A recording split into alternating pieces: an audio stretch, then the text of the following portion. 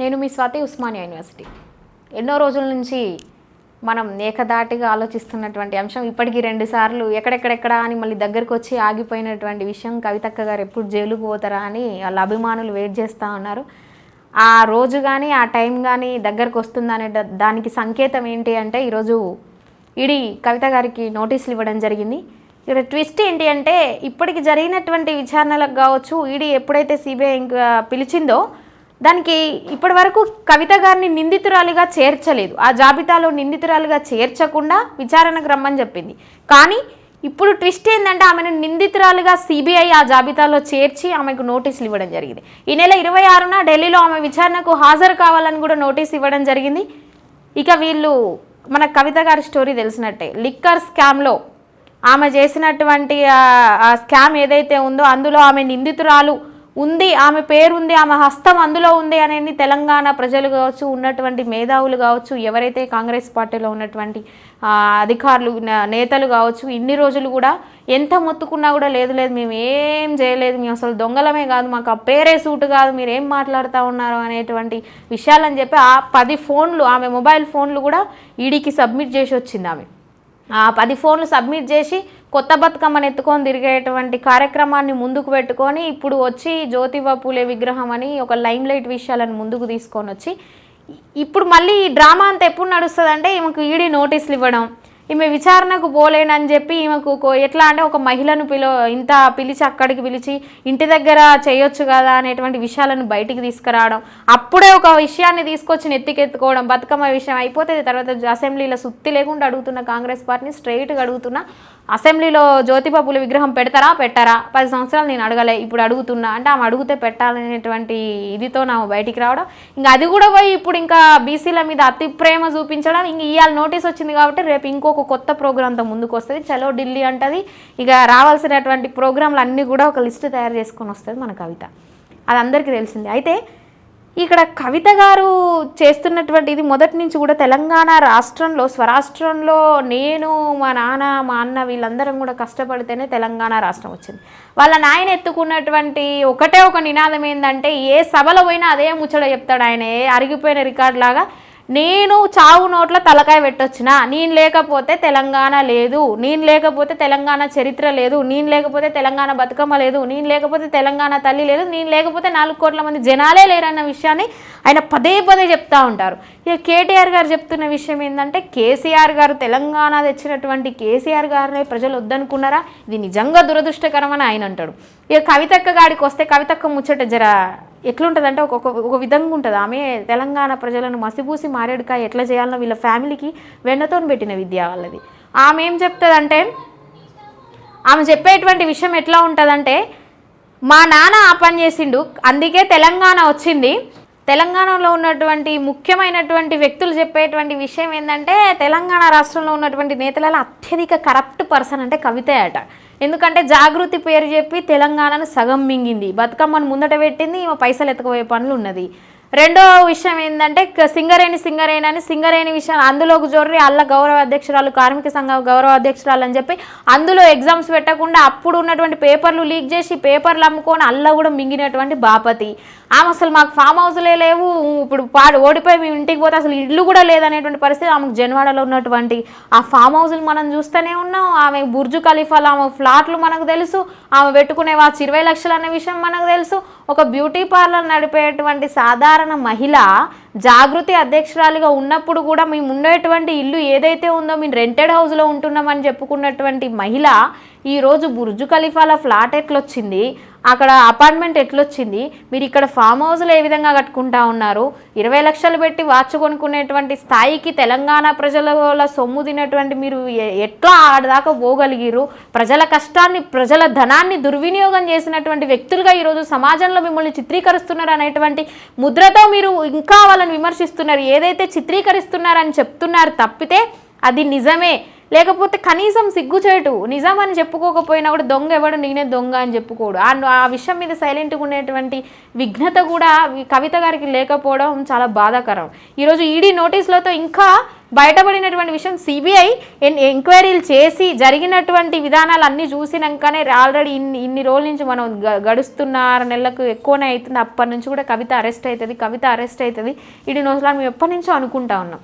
నోటీసులు వస్తూ ఉన్నాయి, ఆమె మాత్రం హాజరవ్వదు. ఆ నోటీసులు వచ్చినప్పుడల్లా ఏదో కొత్త ప్రోగ్రాం కొత్త దందా మొదలు పెడుతుంది, అది తలకెత్తుకొని తిరుగుతూ ఉంటుంది, ఏదో 4 రోజులు చక్కర్లు కొడుతుంది, తర్వాత ఆమె పోదు.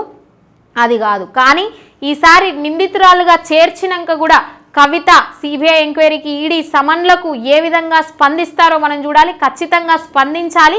ఒక్కొక్కరుగా మీరు జైలు బాట పడితే తెలంగాణ అనేది సుభిక్షంగా సస్యశ్యామలంగా ముందుకెళ్ళడానికి ఒక్కొక్క అడుగు పడినట్టే అని ప్రజల ఆకాంక్ష.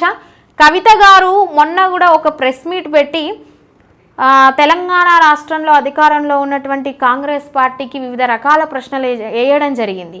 ప్రజాధనాన్ని దుర్వినియోగం చేస్తూ ఉన్నారు, మీరు చేసేటువంటి ఇంద్రవెల్లి సభ లాంటి సభలలో మీరు వేసేటువంటి అడ్వర్టైజ్మెంట్లు కావచ్చు, మీరు ఏమంటారు కుర్చీలు, పెద్ద పెద్ద వేదికలు, ఆ లైట్లు ఇవన్నీ వాడుకోవడానికి ఎంత ప్రజాధనాన్ని దుర్వినియోగం చేస్తున్నారో మీరు సీఎం రేవంత్ రెడ్డి గారు ప్రజలకు తెలియజెప్పాలి అనేటువంటి వివిధ రకాల ప్రశ్నలు ఆమె వేయడం జరిగింది. అమ్మ, రాష్ట్రంలోనే కాదు దేశంలో మీరు తిరిగినటువంటి రాష్ట్రాలు ఎవరు తిరగలే, మీరు ఎక్కినటువంటి చార్టర్డ్ ఫ్లైట్స్ ఎవరు ఎక్కలే.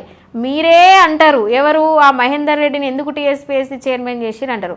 ఆయన సర్వీస్ అయిపోయాక కూడా రిటైర్డ్ అయిపోయిన తీసుకొచ్చి కూడా మీ సేవ ప్రజలకు అవసరం అని చెప్పి ఒక పెద్ద సోప్ ఇట్లా ఏమంటారు మేకప్ వేసినట్టు ఆ ప్రజలకు చెప్పే మాటలు కూడా మీ సేవ ప్రజలకు అవసరం, ప్రజలు ఇంకా మీ సేవను కోరుకుంటా ఉన్నారని మీ నాన్నగారు చెప్పి మీరు తీసుకొచ్చి దరిద్రాన్ని ఆడ కూసబెట్టిరు.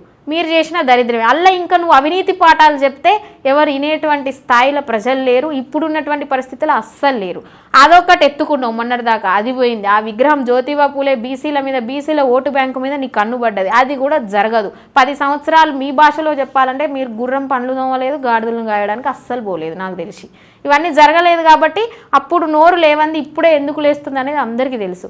మరి మీరు ఇంద్రవెల్లి సభ మీద అడిగినటువంటి ఖర్చుల లెక్క ఈరోజు లిక్కర్ స్కామ్లో జరిగినటువంటి మీకు వచ్చినటువంటి సమన్లు మీరు ఏదైతే నిందితురాలుగా అందులో చేర్చబడ్డారో దానికి సమాధానం ఎక్కడిది? ఈరోజు ప్రెస్ మీట్ పెట్టండి, దానికి సమాధానం ఇవ్వాల్సినటువంటి బాధ్యత మీకు ఉంటుంది కదా. బీఆర్ఎస్ పార్టీ అనేది ఈ రాష్ట్రంలో మీరు చెప్పుకుంటున్నటువంటి శక్తి ఎక్కువగా అత్యంత స్ట్రాంగెస్ట్ ప్రతిపక్షాన్ని మేము ఏర్పాటు చేయగలిగినాం 39 మంది ఎమ్మెల్యేలతో.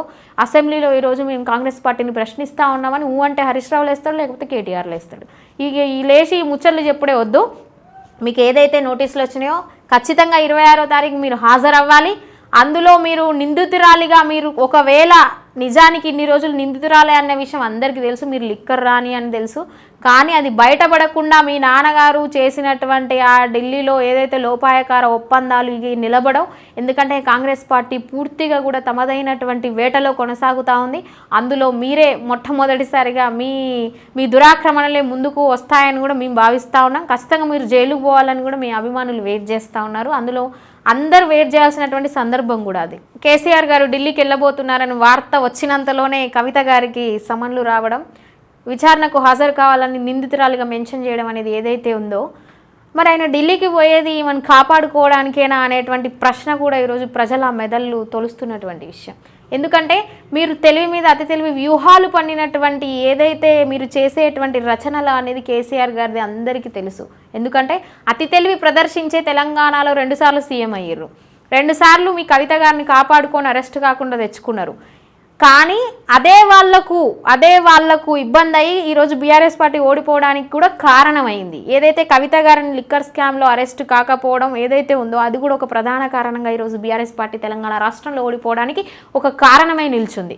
దాని తర్వాత ప్రజాధనం దుర్వినియోగం అనే విషయానికి వస్తే మీరు కవిత గారు చెప్పినటువంటి విషయం, ఈ సమన్ల విషయం, లిక్కర్ దందా ఆమె ఏదైతే ఆమె వెనక పెట్టుకొని ముందట విషయాన్ని మాట్లాడుతూ ఉంటుంది. కాబట్టి మీ నాన్నగారు ముఖ్యమంత్రిగా ఉన్నప్పుడు 10 సంవత్సరాల మీ పరిపాలనా కాలంలో మీరు వాడినటువంటి కాన్వాయ్లు, మీరు కొన్నటువంటి 22 ల్యాండ్ క్రూజర్స్, అవి ఒక్కొక్కటి కూడా దాదాపు 70 కోట్ల వరకు కూడా మీరు ఖర్చు పెట్టినటువంటిది అది ప్రజాధనం కాదా? అది దుర్వినియోగం కాదా?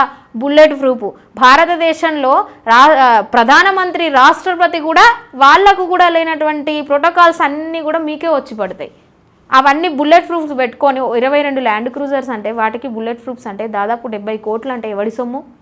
70 కోట్లు. కాళేశ్వరం ప్రజాధనం దుర్వినియోగమే, అది తేలిపోయింది. ల్యాండ్ క్రూజర్స్ ప్రజాధనం దుర్వినియోగమే. మీరు తిరిగేటువంటి 40-50 కాన్వాయ్లు వేసుకొని ఈ రాష్ట్రానికి ఆ రాష్ట్రానికి తిరుగుతాం, అవి కూడా ప్రజాధనం దుర్వినియోగమే. ఎట్లా అమ్మ అవినీతి పాఠాలు నువ్వు చెప్పడం, మేము వినడం? అసలు ఏమాత్రం తెలివిలేని ఒక అజ్ఞానం ఉన్నటువంటి వ్యక్తిగా మీరు ఎంపీగా ఎట్లా గెలిచిరో, మిమ్మల్ని ఎమ్మెల్సీగా ఎట్లా గెలిపించిరో, మీరు వచ్చి జనాలకు చెప్పడం ఏందో, ఈరోజు వచ్చినటువంటి మీకు జారీ అయినటువంటి సిబిఐ నుంచి జారీ అయినటువంటి సమన్లు ఏదైతే ఉన్నాయో, రాబోయేటువంటి విచారణ ఏదైతే ఉందో అందులో మీరు నిందితురాలుగా తేలితే వీటన్నిటికి కూడా ఏకదాటిగా ఒక 100 ప్రెస్ మీట్లు పెట్టుకొని సమాధానాలు చెప్పినా ఒడవవు నువ్వు చెప్పిన ముచ్చటకు నాకు తెలిసి. ఇక వినడానికి కూడా ఎవరు ఇంట్రెస్ట్ చూపడు. ఆల్రెడీ నీ కథ అందరికీ తెలిసిందే.